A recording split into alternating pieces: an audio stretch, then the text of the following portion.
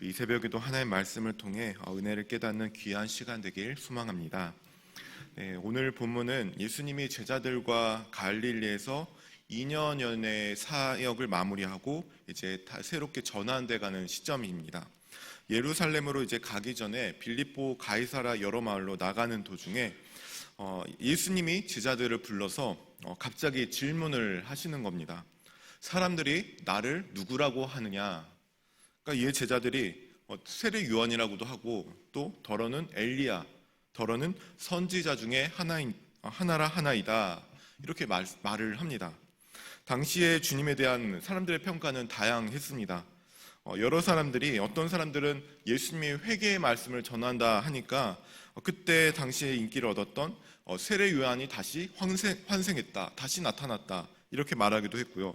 또 예수님의 능력이 엘리야 능력처럼 대단하다 보니까 엘리야가 다시 왔다라고 하는 사람들도 있었고요. 또 그 모세처럼 모세가 그 광야의 그 불기둥과 그런 백성들을 인도했던 것처럼 모세와 같은 선지자다라고 했던 사람들도 있습니다.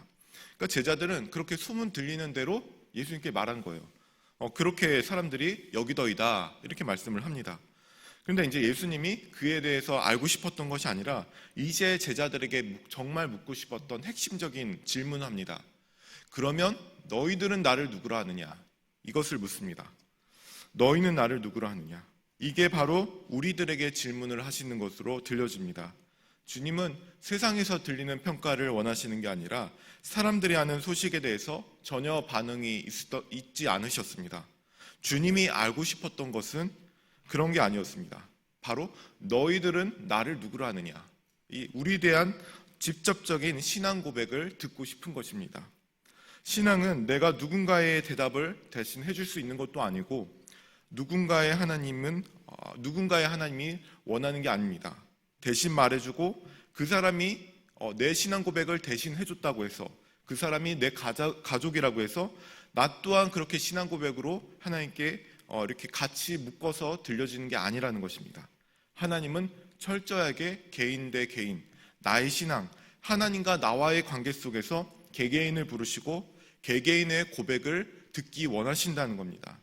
내 어머니가 신앙을 잘 믿었다고 해서 내 신앙 고백이 다 해결되는 것이 아니라 하나님은 나에게 신앙 고백을 요구하고 내가 대답하기를 원하신다는 겁니다. 그래서 우리가 하나님과 나와의 만남이 굉장히 중요한 겁니다. 하나님과 나와의 신앙 관계가 우리 안에서 삶 속에서 정립되어야 한다는 것입니다. 주님이 너희는 나를 누구라 묻는 대답에 베드로가 이렇게 대답을 하죠. 주는 그리스도시요 살아계신 하나님의 아들이니이다.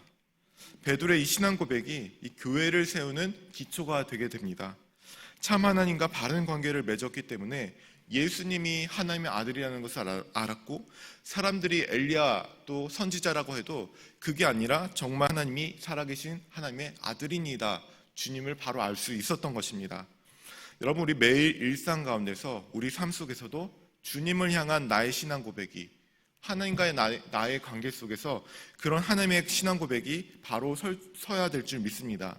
주는 그리스도시요 살아계신 하나님의 아들입니다 라는 고백을 통해서 하나님과 우리의 관계가 맺어지고 또 하나님을 나의 구세주로 선포할 수 있는 신앙 고백이 우리 안에 있기를 바랍니다.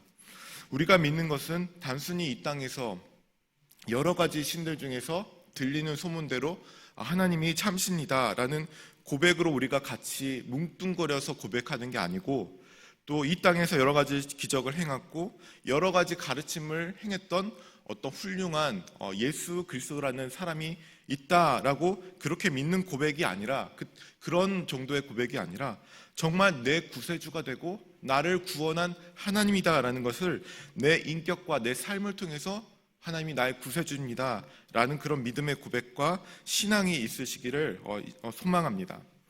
이제 우리 31절을 보시면요. 인자가 많은 고난을 받고 장로들과 대제사장들과 서기관들에게 버림받아 죽임을 당하고 사흘 만에 살아나야 할 것을 비로소 그들에게 가르치시되 이렇게 말씀을 합니다. 예수님의 순환과 부활 그리고 죽음 이 이야기는 제자들에게 굉장히 충격적인 이야기였습니다. 제자들은 우리 주님께서 영광스러운 메시아로 왕위로 다시 오실 줄 믿었습니다. 그렇게 왕위로 등극하셔서 세상을 다스릴 줄 알았는데 예수님이 비참하게 십자가에 죽으시고 그렇게 당한다는 것을 도저히 받아들일 수가 없었습니다. 그래서 베드로가 어떻게 반응하죠? 베드로가 예수를 붙들고 항변하매라고 말씀을 합니다. 항변했다. 우리가 보는 성경에는 이렇게 항변했다라고 써 있는데 원문의 의미로 볼 때 베드로는 그에게 책망하기 시작했다라고 이렇게 써 있습니다. 그런 의미가 있습니다. 그러니까 베드로가 얼마나 상심이 되고 충격이 컸는지 예수님을 나무라는 어조로 예수님 그러지 마십시오. 그렇게 하면 안 됩니다. 나무라는 어조로 강경하게 말렸다는 겁니다. 이 모습을 보면서 예수님은 베드로를 향해서 사탄아 내 뒤로 물러가라 이렇게 말씀을 하십니다. 방금 전에 베드로의 그 훌륭한 신앙 고백이 정말 무색할 만큼 베드로는 잘못된 열심으로 예수님의 사역을 방해하려는 그 어둠의 세력으로 붙잡혔습니다. 이 주님의 꾸짖음을 보면서 우리는 신앙 고백을 완벽하게 한다고 해도 삶 속에서 내 행동이 하나님께 연결된 삶으로 연결되지 살지 못할 수 있다는 것을 보게 됩니다. 하나님의 뜻이 아닌 내 뜻에 사로잡힐 때 사탄이 우리의 마음과 생각을 방해해서 하나님의 뜻을 결국에 따르지 못하게 하는 그렇게 방해할 수 있는 지경에 이를 수 있다는 것입니다. 여러분, 우리가 하나님의 길을 따른다고 하는 것은 우리의 생각과 마음으로 이해하고 따를 수 있는 길이 아닙니다. 때로는 내 생각과 하나님의 생각이 너무 다르기 때문에 정말 하나님의 길이 맞는지 이렇게 우리가 의심할 수도 있습니다.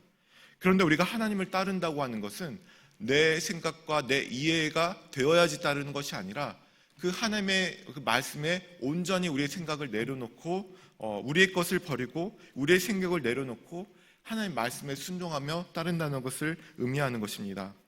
우리는 예수님의 왕으로 오셔서 세상을 한 번에 왕으로 정복하고 내 뜻도 내 문제도 한 번에 해결해 주시길 바라지만 하나님의 생각은 그렇지 않습니다. 그분의 가신 길은 십자가의 길입니다. 자기를 부인하고 주님은 머리 둘 곳도 없이 다니시며 우리에 대한 그 하나님에 대한 사랑을 확증해 내셨습니다. 그래서 34절에서 주님은 이렇게 말씀하십니다. 누구든지 나를 따라오려거든 자기를 부인하고 자기 십자가를 지고 나를 따를 것이니라 이렇게 말씀하십니다. 여러분, 하나님은 우리에게 신앙 고백을 요구하십니다. 다른 사람의 고백과 다른 사람이 정의한 하나님이 아니라 나의 마음과 내 생각으로 내뱉는 고백, 그 하나님과 나와의 개개인의 고백을 관계를 요구하십니다. 그런데 중요한 것은 이 신앙 고백뿐만 아니라 신앙 고백대로 사는 삶입니다. 그것이 바로 예수 그리스도가 간 십자가의 길이며 예수 그리스도를 본받는 삶입니다. 예수님은 우리에 대한 사랑을 이루시기 위해서 자기를 부인하셨고 자기의 모든 것을 내려놓으셨습니다. 주님은 나를 따라오려거든 내가 간 십자가의 길을 따라오라 이렇게 말씀을 하십니다. 사순절 이 시기에 우리가 주님이 주신 십자가를 묵상하면서 우리 또한 그러한 신앙 고백과 또한 주님이 가신 그 삶으로 하나님께 온전히 바라보며 주님을 본받고 살아갈 수 있는 사순절 그런 시간 되길 바랍니다. 그렇게 소망합니다. 기도하겠습니다. 하나님 아버지 감사합니다. 우리가 오늘 말씀을 묵상하면서 주님이 그렇게 가신 그 십자가의 길을 다시 한번 생각합니다. 우리가 사순절 기간 주님을 묵상하면서 주님 우리의 신앙과 우리의 열심과 우리의 생각으로 하나님을 따르는 것이 아니라 주님이 모든 것을 내려놓고 그 십자가의 길을 갔듯 우리 또한 그 하나님의 말씀을 우리 삶의 우선으로 놓고 또한 우리가 그 삶으로 고백하며 주님이 가신 길을 따라갈 수 있는 우리 삶 될 수 있도록 도와주시옵소서. 오늘도 그렇게 우리가 따라가길 원하며 고백하오니 오늘 삶 속에서도 주님 함께하여 주시고 우리와 함께 동행하여 주옵소서. 예수님의 이름으로 기도합니다. 아멘.